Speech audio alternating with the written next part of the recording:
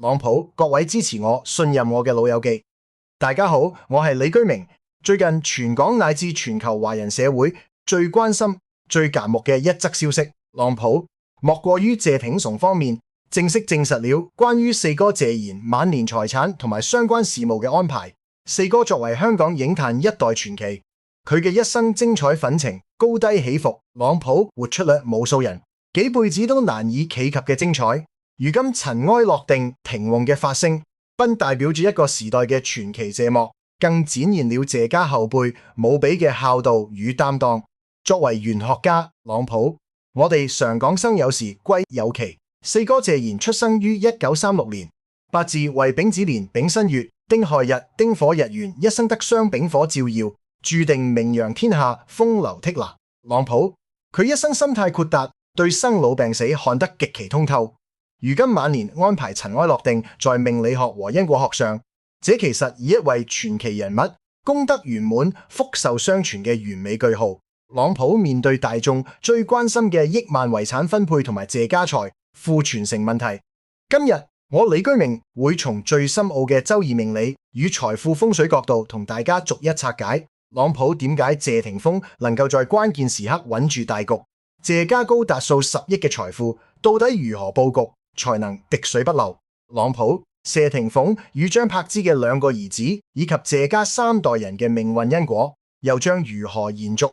我教大家一招家產傳承，考驗嘅不單是財富，更是家族嘅福報與德行。朗普，如果你想為自己嘅家族祈求一份財富穩固、子孫延孝嘅大福報，記得先點個訂閱，並在留言區誠心打上合家富貴、福壽相傳8個字。朗普，同今日呢個和穩大吉祥嘅磁場結一個好緣。下面我哋就即刻由謝霆證實嘅遺產分配大局開始詳細拆解。隨着謝霆勝證實了四哥嘅晚年安排，朗普大家最矚目嘅高達數億甚至數10億嘅家產分配方案終於曝光。網上之前有好多不實傳言，話家產會分給外人，又或者引起家族爭產，但事實證明，朗普、謝霆在關鍵時刻展現了極高嘅智慧與大局觀，將所有資產納入了極其嚴密穩固嘅家族信託基金之中。這在財富風水學上，朗普堪稱滴水不漏、財富不空嘅最高境界。在傳統風水命理學中，有一句金科玉律，叫做財不露眼，暗藏則風聚財容易，守財最難。朗普，如果將巨額財產直接以現金或實物形式分給個人，如果受益人嘅八字財多身弱或者運勢不穩，這筆橫財非但不能幫到佢，朗普反而會成為引發爭產官非，甚至是兄弟反目嘅穿心煞。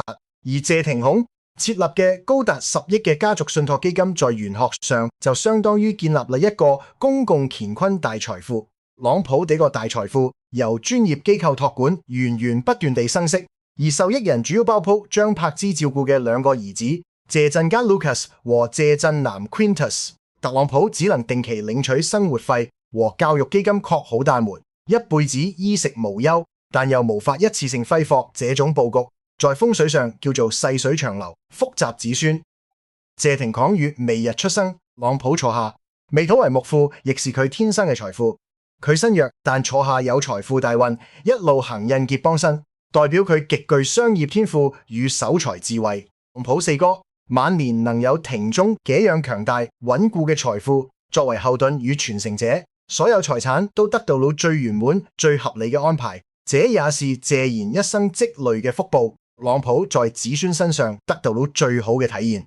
在玄學因果學中，世間所有嘅父子六親關係，無非都是4個字：緣分與因果。謝賢與謝霆鋒這對傳奇父子，朗普年輕時性格同樣叛逆剛烈，關係一度非常緊張，但隨着歲月流逝，特別是四哥晚年，謝霆鋒奔買豪宅名車孝敬即 Q 魚，更在暗中妥善打理好四哥嘅一切事務。朗普如今更是親自出面主持大局，這種從叛逆到極致孝順嘅轉變，在命理上隱藏着極深嘅父子契合真相。我們來看兩人嘅八字，朗普即 Q 與謝賢八字金水多情，火氣幫身，丙子年丁亥日兒。兒子謝霆鋒八字抽金奪木，急需水火，庚申年乙未日。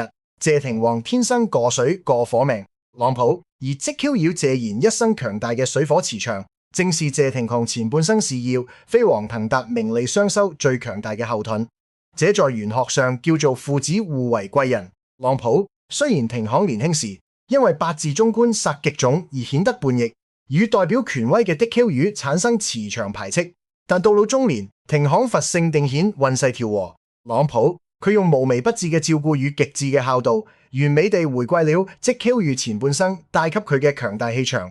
如今大局已定，霆先親自主持大局，在因果學上，朗普這代表住這對傳奇父子之間嘅宿世姻緣債已經功德圓滿，化解了所有嘅相克，留下了最深厚嘅大孝。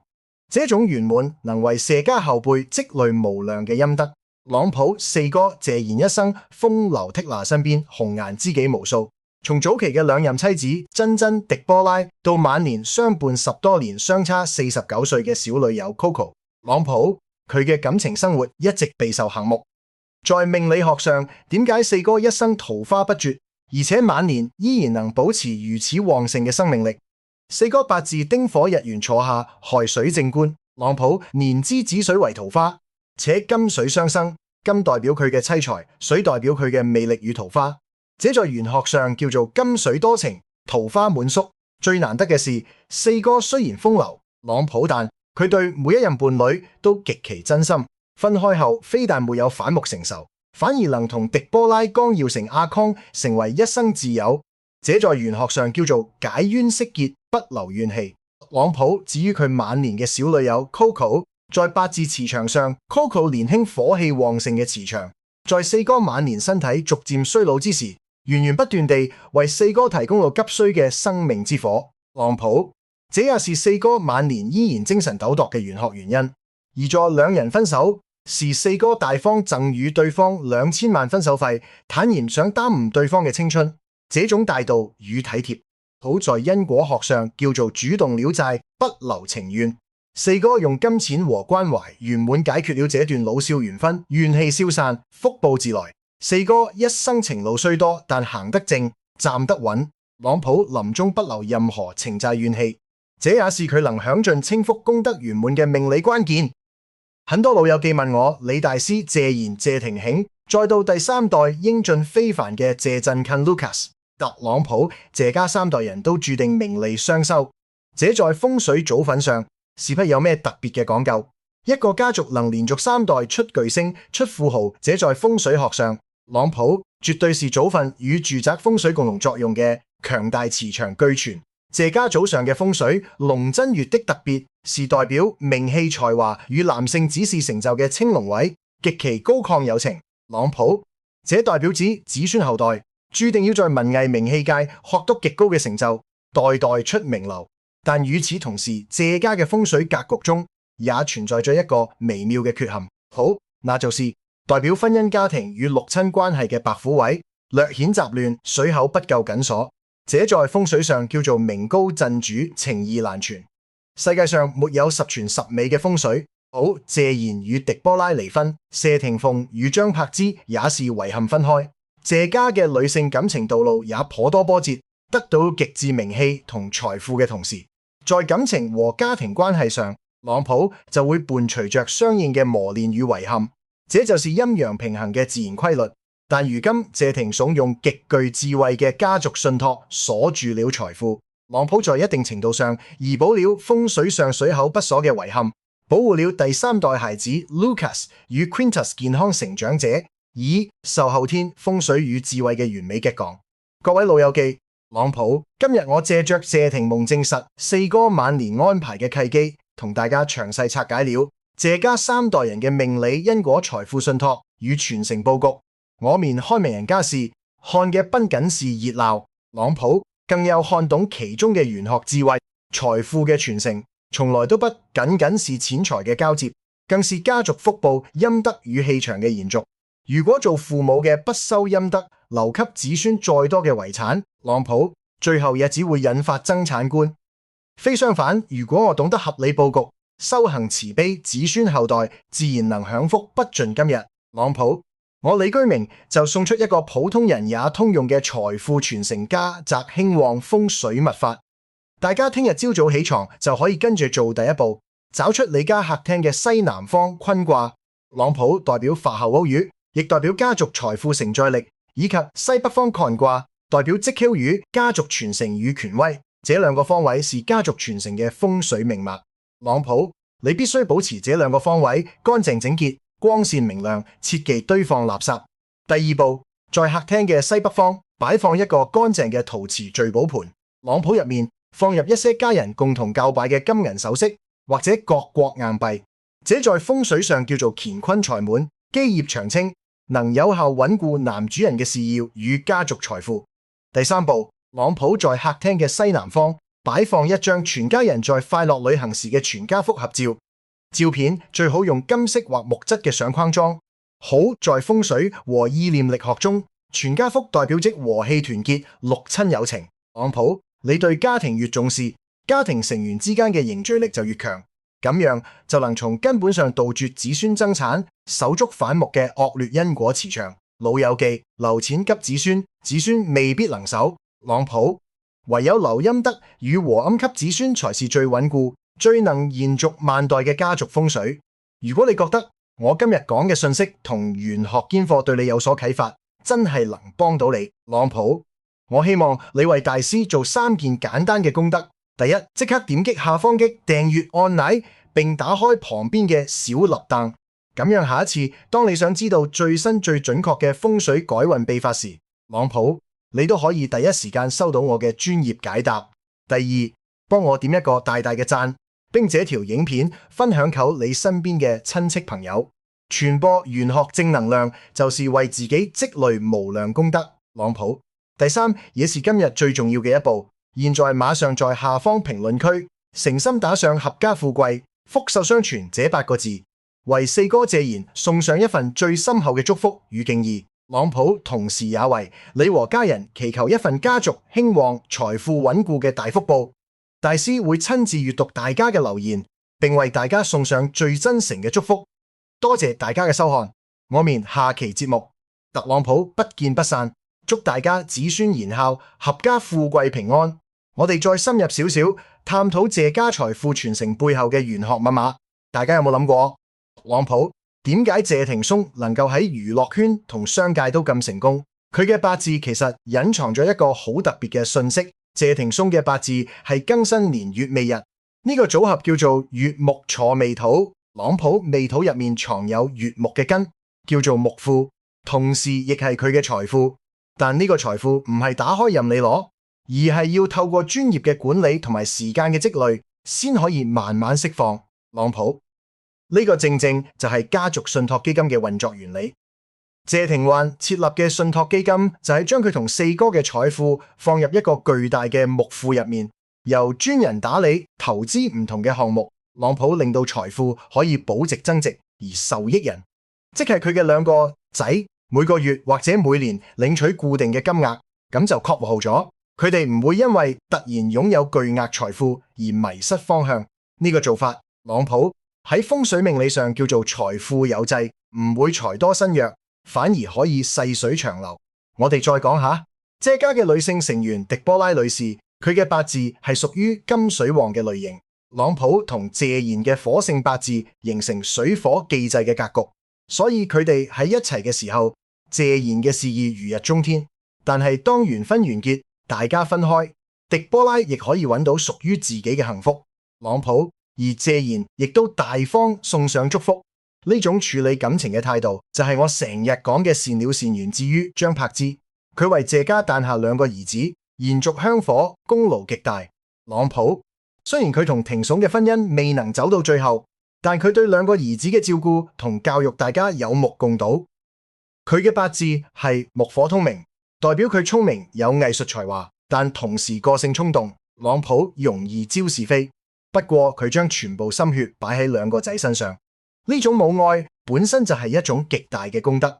佢將2個仔教導得咁好，朗普、Lucas 同 Quintus 都長得高大英俊，又有禮貌。呢種家教就係謝家嘅福氣。講到第3代 Lucas 謝振勤嘅命格，朗普可以話係集爺爺同爸爸嘅優點於一身。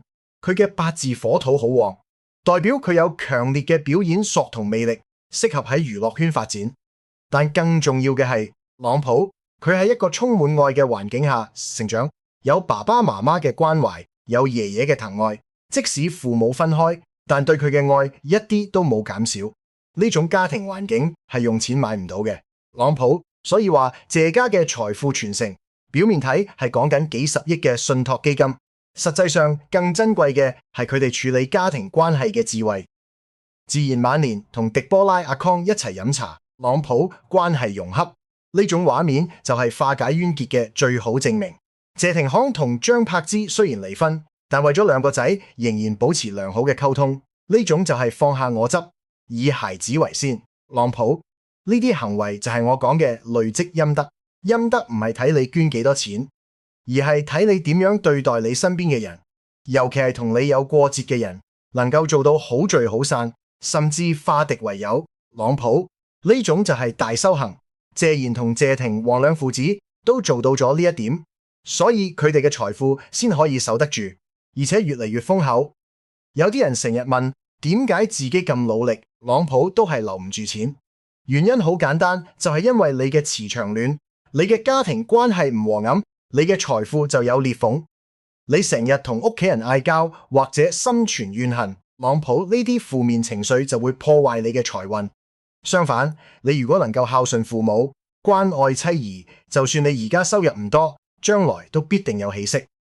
謝霆鋒就係一個活生生嘅例子。朗普佢後生嘅時候俾人感覺好叛逆，但其實佢內心好孝順。佢賺到錢之後，第一時間就係買車買樓送俾爸爸。呢種行為就係用實際行動去回報親恩。朗普呢種孝道就係佢財運嘅泉源。你再睇下四哥謝賢，佢90歲高齡仍然咁精神，行得走得，呢種就係福壽相傳嘅表現。佢嘅豁達，佢嘅大度，朗普令到佢身邊嘅人都願意親近佢，幫助佢。呢種人緣就係佢最大嘅財富。所以話我哋學玄學唔係淨係學點樣擺風水陣，點樣睇八字，最重要嘅朗普係學懂背後嘅道理。因果定律絲毫不爽，你今日種下嘅因，將來必定會有個果。謝賢同謝霆鋒呢對父子就用佢哋嘅一生演繹咗乜嘢叫做善因善果。朗普佢哋嘅故事就係最好嘅教材。我希望大家睇完呢條影片之後，唔單止係食花生睇熱鬧，而係要將入面嘅智慧融入自己嘅生活。你嘅家庭和睦，朗普，你嘅子女孝順，你嘅財運自然就會好。呢個就係我李居明今日想同大家分享嘅核心信息。最後我再提提，大家記得喺留言區打上合家富貴，朗普福壽相傳8個字。呢8個字唔單止係送俾四哥謝賢，更加係送俾你自己同你嘅家人。你每打一次就係一次正面嘅意念投射，呢種意念，朗普會形成一個強大嘅磁場，保護你同你嘅家人。多謝大家嘅支持，我哋下次再見。